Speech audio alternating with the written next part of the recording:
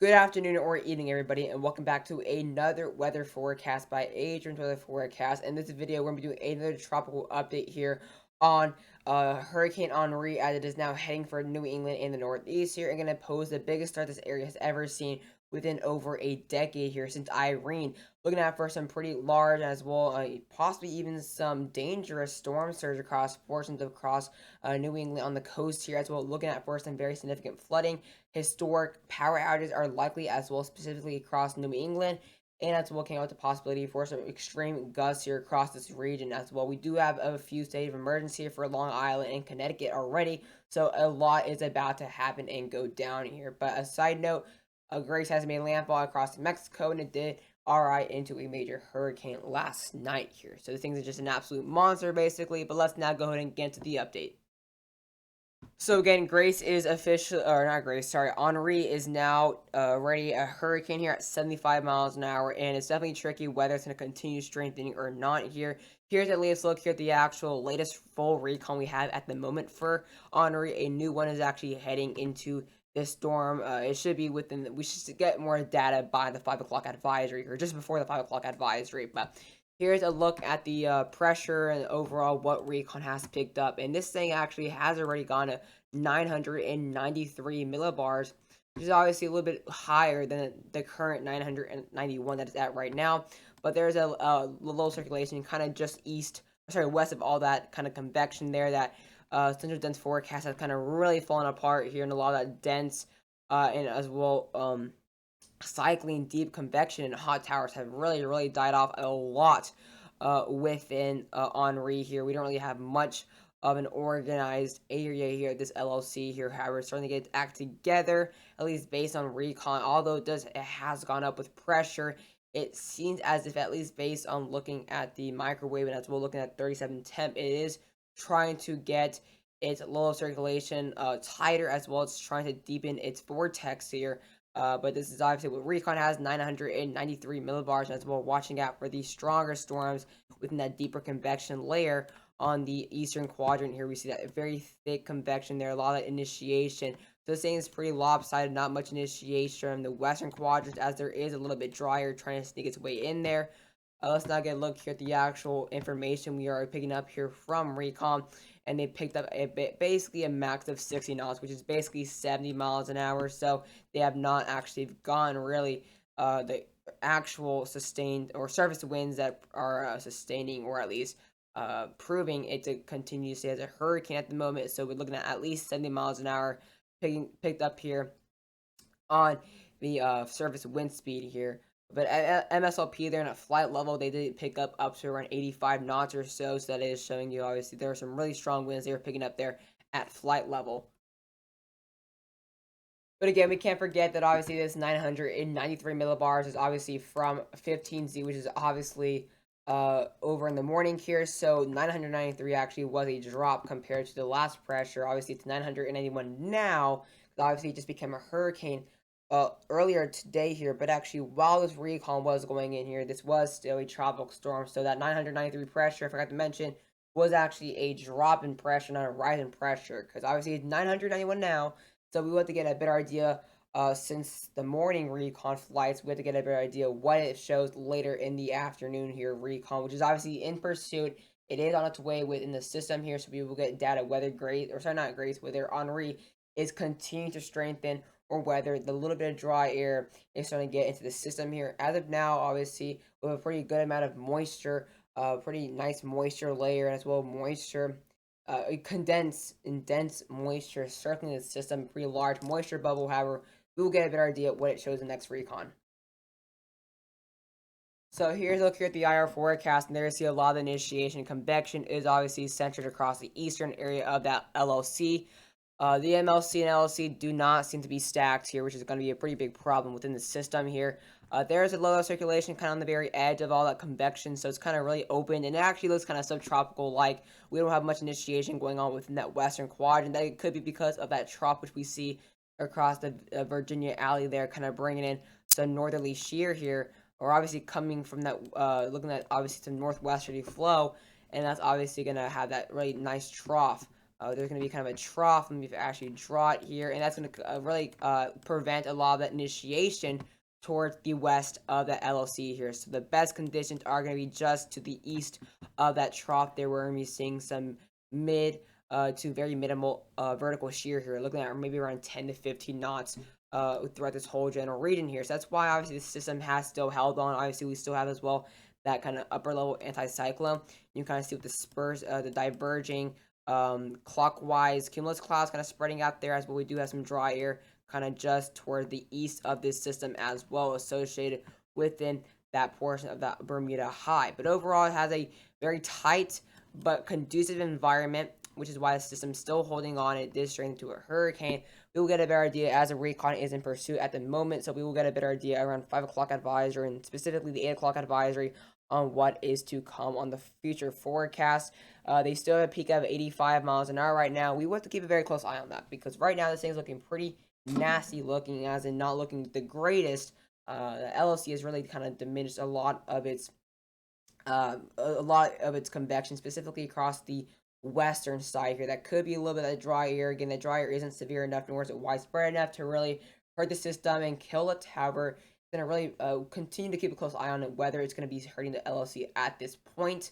And we will see that as recon, I believe, is within a few hundred miles. I'm not exactly sure where it is, because obviously I checked before making my video, which was around like 8 or 9 minutes ago. So I don't have a general idea exactly where it is right now. But we still have some pretty good lightning initiation, thunderstorms within that eastern quadrant. But again, it's really no longer symmetrical and kind of more of an elongated low pressure system. So here, look at the actual, kind of look at the overall precipitated water here. So you kind of see a lot of that CDO is basically completely gone here. We had a good central dense forecast yesterday, I believe, so kind of really strong initiation convection, and it was kind of somewhat becoming symmetrical like Grace was yesterday and last night, but it had a CDO kind of developing here, which was the thought that it was going to get to a hurricane quite soon, and it did not become a hurricane until today. And you kind of see there is that dry air I'm talking about, trying to get or creep its way into the LLC. There you see that dry air kind of coming in from the southeast as well. A lot of that dry air, which was actually northeast of the system yesterday, is now kind of specifically centered just towards the kind of east central of this low pressure. So like I just say, it's kind of very tight, but conducive environment here. And as well, again, there you see kind of that dry air kind of really kind of bending, and kind of see that little kind of U-shaped structure, or that U shape that's kind of showing you this dry air is heading towards Henri, and that could be a reason why people are thinking that there is a quote unquote eye within the system here. Let me actually pull up there a visible. There are people kind of saying there's an eye, blah blah, but it's most likely a very very small and insignificant dry slot, which is within the LLC here, which is probably a big reason why it's not the best looking system. But again, it looks like it's trying to get its act together. It looks a lot better than what it looked like maybe 2 hours ago. You can kind of see it looks like there's more convection initiation developing within that western quadrant, and then you kind of see that strong inflow right here. And a lot of that is mainly, there's obviously a lot of dry air within this general region here. However, there is a pretty still strong amount of moisture vortex, and overall kind of moisture layer, really keeping the system as a force field, keeping a lot of the dry air outside of that. But it's not looking too shabby at this point. Again, this is definitely what people are thinking that is an eye, or at least a developing eye. If you're saying it's a developing eye, it's definitely a possibility, at least to say for now, because based on how it's starting to get its act together. However, again, there's still a very, very small possibility, which can't be ruled out, whether that is a very, very small, a minimal dry slot. However, that's the reason why it's very not likely that it's a dry slot, is because how there's not really much dry air kind of right here. So it obviously had to be specific dry slots, specifically centered across the LLC. And that's obviously kind of not really reasonable. But really strong outflow across the system there. Really strong anticyclone or anticyclonic flow, kind of keeping a lot of that shear associated with that trough and that ridge to the other side from preventing it killing the system. Obviously, there is still around the lower levels shear that's kind of around 25 knots or so, but in the upper levels, there's very minimal shear, 10 maybe 15 knots here. So there's not going to be any threat towards a tilting axis or anything like that within the system. So shouldn't have to really worry about that ahead of the system. And actually, something very interesting here is we are going to be looking at here the ASMR basically, or MSR, sorry, looking at here the 36G A to Z, and it's basically getting an idea where this convection is and what the structure is within the LLC here. And this is actually as of 18Z, I believe so. So it's not rather old. It's not the oldest one because obviously the other ones are I think 6 or 12 hours old from very early this morning here. But definitely not too shabby at all. Like I did say, a lot of the initiation is going to be towards the eastern quadrant, and there's a little bit like it looks like a very small developing eye wall there. Kind of obviously it's what it looks like, but I wouldn't say that's what it is because obviously that means we'll get very close to getting an eye, and I don't think we're necessarily close to getting an eye. I think, um, I think this is just a very elongated low here. But there is still some good amount of convection starting to develop here across the western quadrant, so it is trying to get its act together here. It's trying to kind of close off, and at that point, if that were to happen, it would definitely get its act together and try to strengthen furthermore. So obviously, you kind of see that there is structure appears to be pretty overall good there, and obviously there is a chance that this deep convection could very well become more widespread, not just within that eastern quadrant, but as well wrap around counterclockwise flow into the eastern quadrant. That were to happen, then that 85-mile-an-hour peak that the National Hurricane Center has would be very reasonable. So let's now get a look here at the visible satellite imagery here on Henri here, Hurricane Henri. And it looks like we have a trying to develop eye at the moment here. It's definitely very interesting here for those who can't see what I'm looking at. It's right basically, let me actually get the LLC right here forecast. And right there, it looks like there is a trying to develop eye within Henri here. I wouldn't call it an official eye. They still kind of really see deeper convection across that western quadrant and obviously more initiation. However, I think it's trying to develop it. I think it's trying to develop a stronger core. Uh, but yeah, keeping a very close eye on the system here. I think it's probably on the brink or the I guess it's the start. It's in the start of a potential strengthening phase here. It does have still some pretty good conditions environments. So I think this could very well start into its beginning phase into strengthening and could very well get towards 80, maybe 85 miles an hour. So we're going to keep a very close eye on the system there. You can kind of see a lot of that dry air kind of just towards the east there. And as well, keeping a very close eye as well, a little bit drier, kind of trying to sneak its way in within the really strong inflow. But overall, it looks like its core is strengthening here. It looks like it's getting some deeper convection than what we just saw. Ever want to see deeper convection now going across into that western quadrant there and really close off any threat of dry air. So actually, thankfully, the 5 o'clock advisory came out quite early today, so it came out right during the middle of my video here. So we actually do have a better idea, and there actually has been an eastern shift here, and they actually want to have it be making a landfall at the tropical storm. Let me actually pull up the National Hurricane Center update here and see if we actually have the 5 o'clock update. It's not.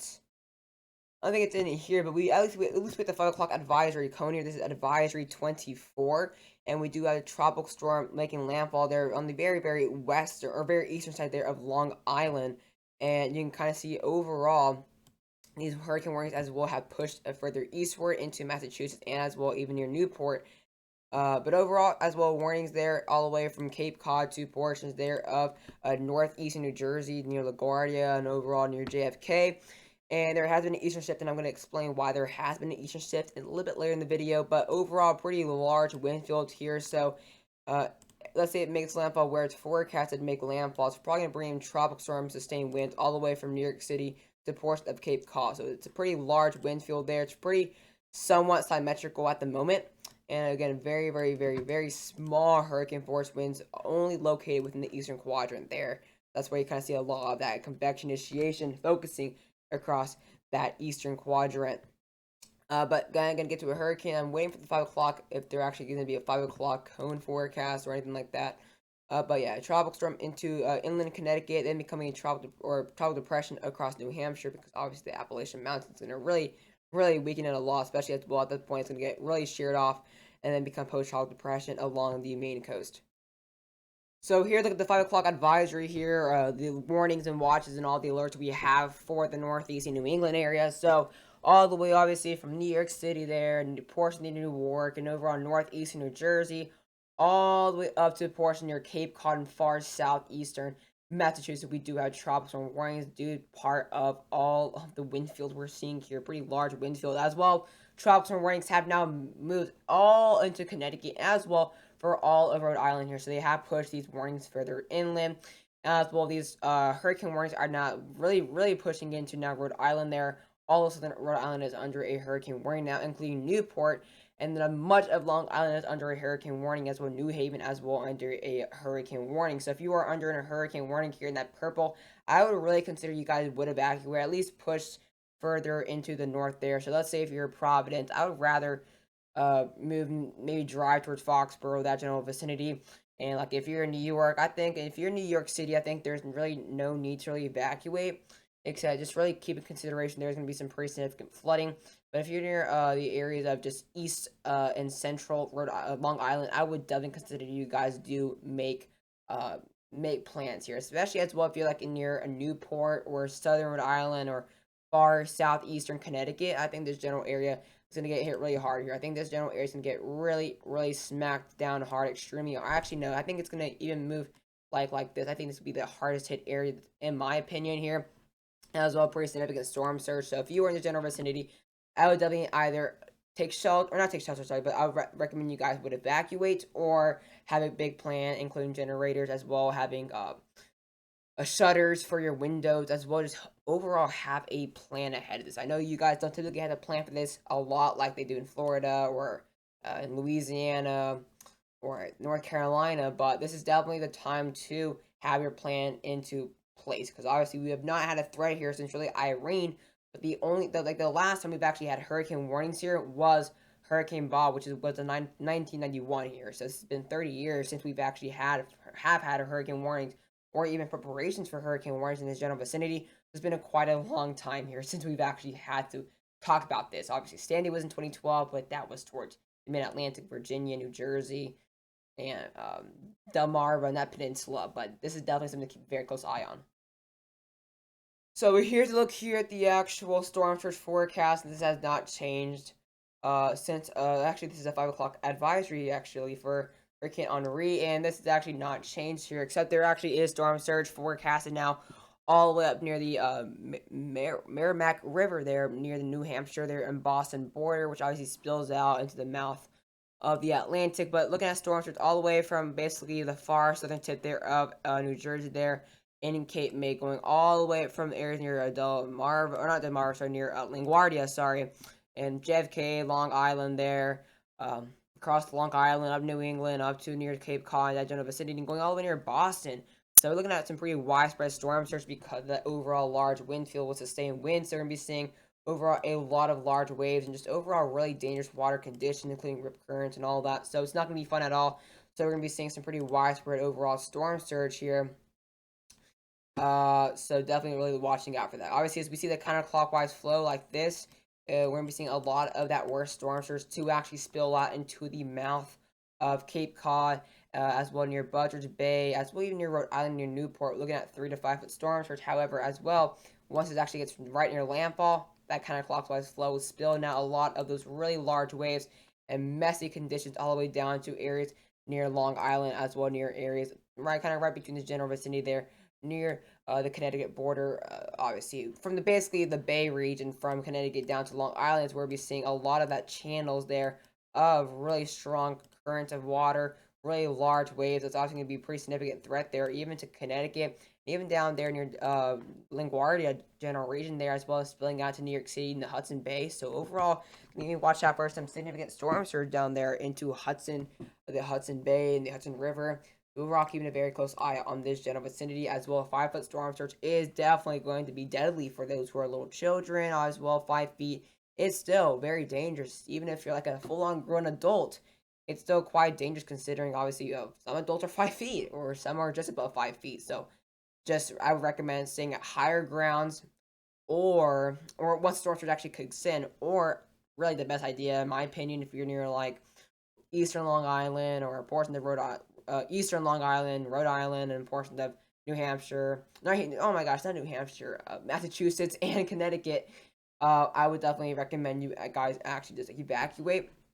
I know evacuating for those who are Floridians in the chat right now are thinking, why would you evacuate for a Category 1 but actual drops from landfalls? Because obviously this is going to be quite significant considering northeastern standards as well overall. We're actually watching out for extreme amounts of flooding here, and with the very saturated soil we will be seeing at the time, winds like we're expecting here, maybe 80 to 90-mile-an-hour gusts, will easily take down trees, powers, etc. And not to like bash on New England, but they don't have the best power system. So this could very well be as well historic. Yes, you heard it. Historic power outage. Uh, outage probably across Connecticut, Long Island, and Rhode Island. So definitely, if you guys can, I would recommend getting generators because you guys may be out without power for days.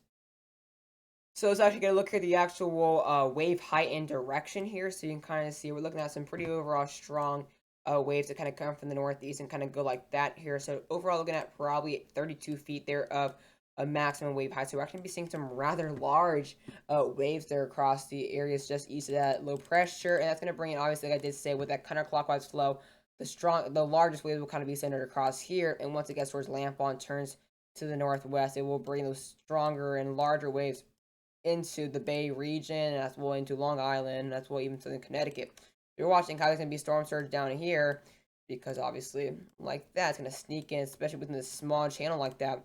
The waves are going to be really probably causing some pretty significant above flood stage, flood level. So overall, going to be extremely interesting what's going on here. But still 25 feet there, but looks like we're going to be seeing anywhere from maybe 7 to maybe 12 feet on the actual coast there.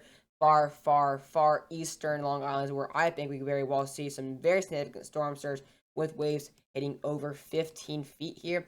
And even down there near that little tip right there of Rhode Island as well, we may see actually nearly 16 plus foot waves. So I think it's going to be rather interesting down there as well. Massachusetts, we may see 10-foot waves, and that will obviously diminish as it weakens into the landfall.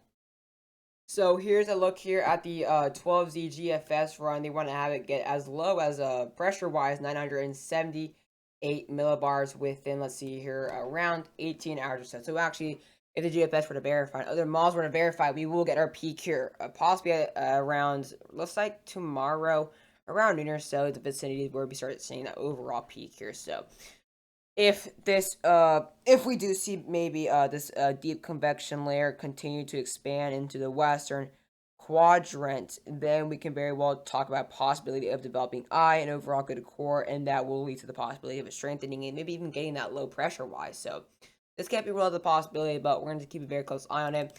And then GFS is pushing eastward here, not even actually they have it hitting the very edge there of far eastern Long Island, and then hitting areas there near the New Haven vicinity there of Connecticut. It's going to bring the really strong northeastern quadrant winds there for Providence, Newport, portions down there into even southeastern Massachusetts. But the worst of the rain will be centered across the western quadrant. So we're going to be seeing that very large, moderate threat for flash flooding, which I'm going to show you guys very soon. The CMC, this is the 12Z as well. They want to have it kind of as well, kind of going, actually completely avoiding the Long Island general vicinity and actually hitting areas into Rhode Island and Connecticut border there. And the reason why there is an eastern shift is because that trough, which is associated within that West Virginia area right now. But yeah, we're gonna keep a very close eye out on really Long Island, Connecticut, Rhode Island, and Massachusetts for the worst threats. Let's get another look here what the NAM 3 kilometer wants to have here. So it's actually gonna look at what they have on the actual composite reflectivity here, and they actually want to have some pretty strong, actually, obviously the NAM wants to have an eye wall and a full-on closed eye because it's the NAM, but obviously that can't be ruled out the possibility. We may see a short-lived eye, but I think at the point when it gets towards the landfall, it probably will lose a lot of its eye. At least it would become very elongated of an eye, and not really symmetrical like we saw with Linda, or like we saw yesterday, last minute within Grace. But overall, the NAM 3 kilometer wants to have really intense rainfall, specifically centered across the western quadrant there, Long Island, Connecticut, into New York City, into even portions there of Stamford, Connecticut, Hartford, Connecticut, into even areas near Newark, in that general vicinity here. You can kind of see still going to be seeing some pretty intense rainfall across Rhode Island and eastern Connecticut, but the worst rainfall wise will kind of really stay toward just this general vicinity here, which will obviously have that moderate for rainfall. And I would even definitely do get a high risk for flash flooding once it actually gets towards either day 2 or actually once it gets towards day 1 actually, because this is day 2 already. So day 1, I wouldn't definitely get a small high risk there across probably east central Long Island there, and especially with how like swampy it is in that far eastern side, and with the storm surge, I think this part is just going to get absolutely hammered by the system and make it the worst storm surge overall, if I'm being completely honest. Because obviously, with maybe 5 foot storm surge plus maybe over a foot of rain, it's obviously going to bring in the really nasty conditions. And I think that's definitely where to really watch out for the worst storm surge. Let's actually now get a look here at what the NAM actually wants here for the total precipitation here. Oops, that's what I want. And you can kind of see they want to have a ton of rain, actually getting up to maybe nearly 8.5 inches there, and even 10 inches probably right where that actual landfall is. And you can kind of see as well even getting over half a foot of rain across western Connecticut, and as well portions of far southern New York. So here's now a look at the overall 3-day average on the flooding risk here or flash flood risk, and you can kind of see we have a massive moderate risk here. Actually, this is actually as of 8 a.m. I actually don't know when they update this. Oh, this is as of 12 p.m. Eastern time. Yeah, and it's not. I'm not sure when they update this. Actually, I'm not very familiar, but I just refreshed and it has not uploaded. So I'm guessing it has not updated yet. But you can kind of see a massive moderate risk here, which is about a 20% for 20% chance for overall significant flash flooding there.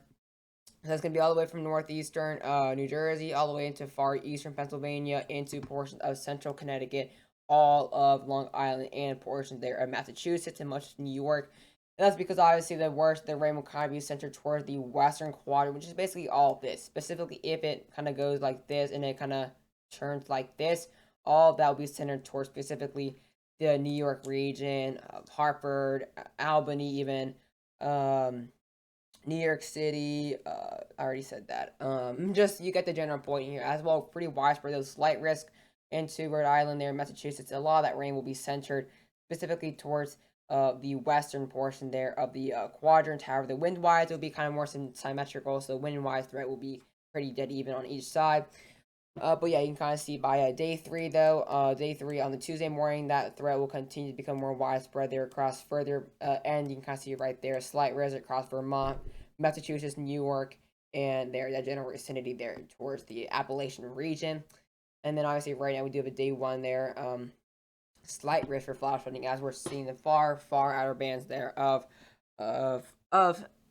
what's this Henri of Henri. I can't remember the name of this storm. Sometimes the far outer bands of Henri will get quite close to the general vicinity, so going to bring in some overall flash flooding threats in that general area across Delmarva and across portions there of New Jersey and Pennsylvania.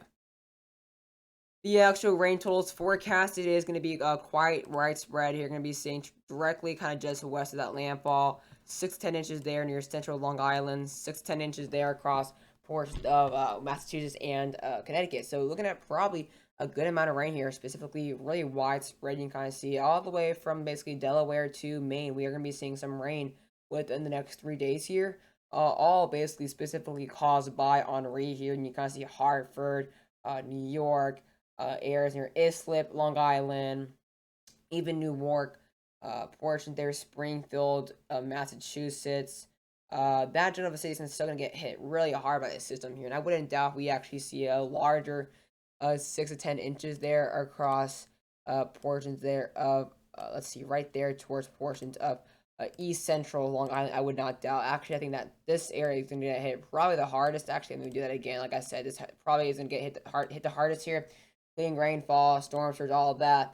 Definitely kind of really a big threat there, especially as well since they're just west of the landfall and it's symmetrical wind field. They're still going to get hit really hard by the wind field, and who knows, we may even see some pretty good hurricane gusts in that general vicinity as well. But overall, watching out for some pretty widespread flash flooding here. It's going to allow for trees and roots to fall very easily here. So if you are driving, I would definitely not encourage driving at all within this system at all whatsoever, because obviously how wet and how moist and how saturated the soil is going to be because of this rainfall. Obviously, there's still going to be a ton of rain before the actual landfall. So even before the landfall, there is still a threat of trees falling down because obviously as well, there's still going to be maybe 30 to 40 mile an hour wind sustained before the actual landfall across portions of Long Island specifically. So if you're in Long Island, if you're in Connecticut, you guys are going to get hit quite hard before the system actually makes landfall. So I would definitely I would definitely not recommend you guys go out and drive. If you want to get prepared, I would do it now within the next maybe 12 hours or so because it's going to make landfall basically by tomorrow evening.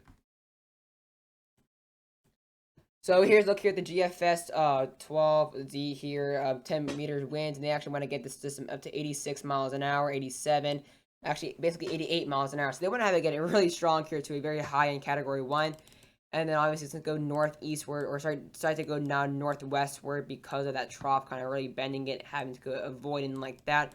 So like I did say, we're going to start seeing some pretty strong winds before the actual landfall. So you can kind of by Long Island there, and portions of southern Rhode Island, we're going to get winds sustained up to around 40 before the actual landfall. They actually want to have it get towards that general vicinity as a hurricane, 78 miles an hour. Going to be absolutely really big threat there across eastern Long Island, portions there of Rhode Island near Newport as well. So you can kind of get to see it's going to be rather symmetrical, not really lopsided specifically towards one region or one quadrant. And they want to have it actually make landfall as around a 60, maybe 70 mile an hour system there. But overall, pretty big wind threat there across eastern Long Island, portions of Rhode Island, and Connecticut as well. Let's actually get a look here at the actual 10-meter wind gust. Let's get a look at the actual gust here. It's going to get gust up to, let's see here, before the actual landfall, getting gusts up to 40s, the upper 30s across Long Island, then getting gusts up to probably 61 miles an hour, getting gusts there off the actual coast around up to nearly 80 miles an hour at the 76.1. And then it's obviously going to see even some gusts up into the 40s and even into 40, 36, and even gusts up to nearly 50 as far north as portion there of Massachusetts. So either way, going to be even seeing some pretty big threats for trees to come down, even down up there near New England and New Hampshire and Vermont as well. And last but not least, I want to explain why this is going to be doing such a unique track. It's because there we have that trough kind of right here, kind of see that axis right there. There is that trough, specifically low pressure, high pressure there, a tut right there, and a high pressure up here basically. So you can kind of see, we're going to be seeing that kind of that trough kind of dipping like this. So you can see that big trough, and then you see the ridge like that up here.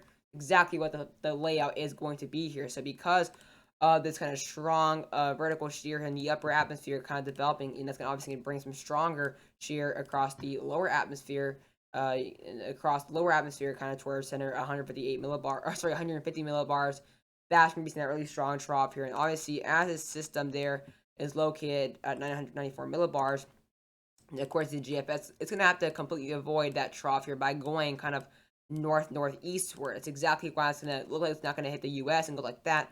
But obviously, it's not going to do that. It's just doing that to avoid the trough here. It's going to dip and like basically like kind of going like it's attracted, like there's a magnet near Long Island. It's going to kind of just go straight back because it's going to at this point be further away from that trough here. You see that trough kind of really bends it there. There's that trough at that point near Virginia, and it kind of pushes it kind of towards kind of I guess steering it to go towards the northeast here. We're going to be seeing obviously some southwesterly flow, some southwesterly shear, kind of encouraging that track. And then once it actually now that trough kind of loops back like this, once that trough actually gets closer to the coast, it's going to start now taking it back towards New York City. And obviously, it's not going to be really much upper level shear here. So not going to be a really big problem. It's going to be seeing kind of an area of basically less than 10 knots in the upper levels. So it shouldn't be a problem with that. Looking at the actual now from 200 millibars to 850 millibars, there you see that trough right there. Really strong shear across that general vicinity, and it's obviously going to kind of gear it and steer it. Exactly what's going to happen. Although there's a lot of decent amount of shear in the actual lower levels, there's going to be that anticyclone kind of really keeping the system intact. But hope you guys enjoy the video and stay safe, and I will have another video out tomorrow.